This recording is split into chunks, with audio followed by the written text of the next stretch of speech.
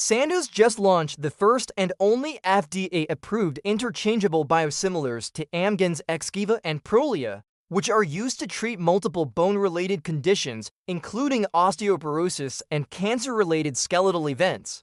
The products are indicated for all the same uses as their reference product and are expected to address over 10 million patients in the US alone. Today, we will discuss the strategic rationale behind the move, assess the size of the opportunity, and forecast the financial impact to Novartis over the next 5 years. On June 2, 2025, Sandoz announced the launch of 2 interchangeable biosimilars to Amgen's Xgeva and Prolia. The products, named WYOST and Jubbonti, are intended to treat a range of bone-related conditions driven by the high prevalence of osteoporosis, especially among the aging population. Additionally, the use of Denosumab has expanded to oncology-related bone loss, further boosting demand. The decision to launch interchangeable biosimilars is a strategic one, aiming to capitalize on the significant market opportunity while also mitigating risks. By seeking the highest level of FDA approval, Sandoz can enjoy several advantages, including pharmacy-level substitution, which should accelerate product uptake. Now, let's examine the market opportunity. The total Denosumab market in the US is estimated at around $3.50 to $4.0 billion annually. Despite the entry of biosimilars, the overall market is expected to grow, driven by the rising prevalence of osteoporosis and the increasing use of Denosumab in oncology. While Sandoz is not the only company with FDA approval for a Denosumab biosimilar, being the first to market with an interchangeable product gives them a substantial advantage. Other manufacturers like Samsung Bioepis and Celltrion have also received FDA approvals, but they cannot yet launch due to ongoing patent litigation. Additional competitors from companies such as Coherus and Mylan are likely to enter the market by 2026, although these competitors will face legal roadblocks and delays. In terms of market dynamics, biosimilars in oncology have historically captured up to 80% of market share within 5 years, whereas those in immunology and chronic disease may take longer due to prescriber hesitancy and payer negotiations. Given the interchangeable designation, we believe that Sandoz will be able to achieve accelerated uptake. Now we will analyze Sandoz's biosimilars strategy and due diligence. Prior to the product launch, Sandoz resolved all intellectual property and patent litigation matters with Amgen, ensuring a clean market entry. Operationally, the company's biosimilar segment has been growing consistently, accounting for nearly 27% of total company sales as of Q1 2025. This indicates a strong commercialization infrastructure that can support the scaling of biosimilar adoption across various health systems and payers. Looking ahead, we expect Sandoz to follow the Denosumab biosimilars with launches of other key products such as Denosumab, Tyruko in the US, and aflibercept, Afqlir in Europe.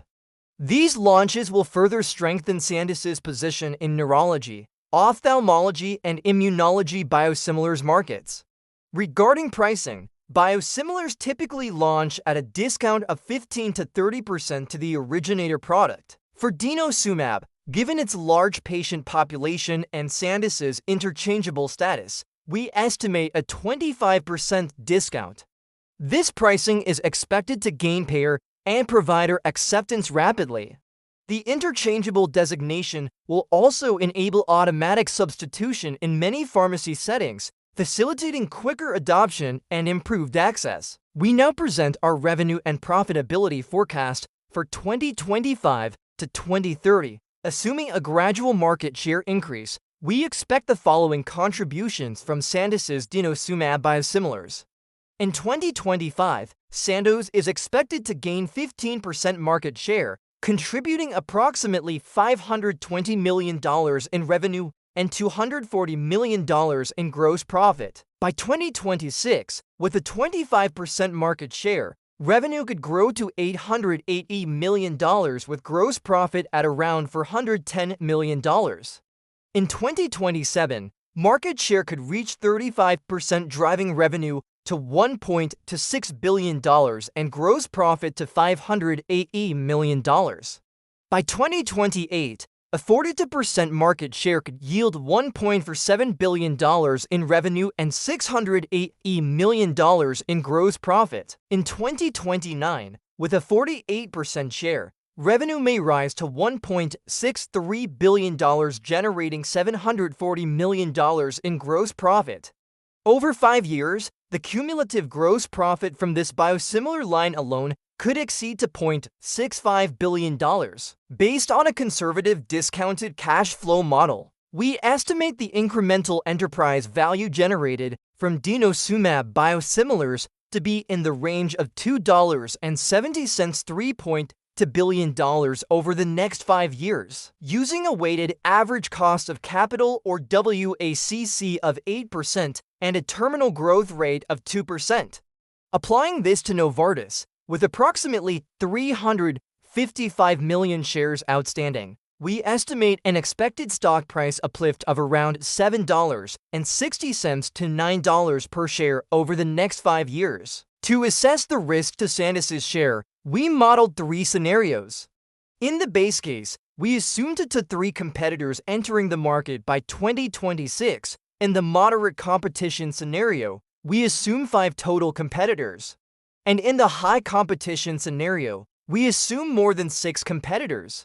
Even in the high competition scenario, Sandoz benefits from its first-to-market and interchangeable status, which preserve a meaningful advantage in automatic substitution and payer access. It is important to note that even if we assume full uptake of the biosimilar, the market share of Denosumab will still represent less than 60% penetration into the total addressable market. This suggests that there is room for multiple providers to coexist. Now we will briefly review some of the key risks to our outlook. Payer resistance to substitution or continued preference for branded biologics could impact adoption rates. Clinical conservatism and slow uptake among providers is another risk. New biosimilars with improved delivery mechanisms or pricing advantages entering the market between 2026 and 2027 could also affect market share. Finally, any supply chain or manufacturing scale-up delays could hinder the successful commercialization of these products. In conclusion, the launch of Denosumab biosimilars represents a strategically significant event for Sandoz.